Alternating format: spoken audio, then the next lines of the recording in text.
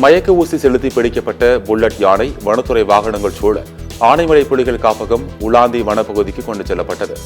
நீலகிரி மாவட்டம் பந்தலூர் அருகே உள்ள கோலப்பள்ளி, சேரம்பாடி, சேரங்காடு உள்ளிட்ட பகுதிகளில் புல்லட் யானை ஒன்று அழைக்கப்படும் காட்டு யானை பொதுமக்கள் மற்றும் தொழிலாளர்களின் 40க்கும் மேற்பட்ட வீடுகளை சேதப்படுத்தியது. மேலும் டாண்டி தொழிலாளர்களை அச்சுறுத்தி வந்துள்ளது. இதனால் தொழிலாளர்கள் வேலைநிறுத்த போராட்டத்தில் ஈடுபட்டனர்.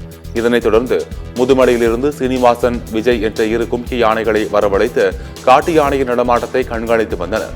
வனத்துறை தலைவர் சீனிவாச ரெட்டி தலைமையிலான வனத்துறையினர் தொடர்ந்து புல்லட் யானையை கண்காணித்து வந்த நிலையில் கால்நடை மருத்துவர்கள் கலைவாணன், ராஜேஷ்குமார் ஆகியோர் புல்லட் யானைக்கு மயக்க ஊசி செலுத்தினர். பின்னர் புல்லட் யானை வனத்துறை வாகனத்தில் ஏற்றப்பட்டு வனத்துறை வாகனங்கள் சூழ ஆனைமலை புலிகள் காப்பகம், உலாந்தி வனச்சரகம், டாப் ஸ்லிப் அருகே உள்ள தமிழக, கேரள வனப்பகுதிக்கு கொண்டு செல்லப்பட்டது.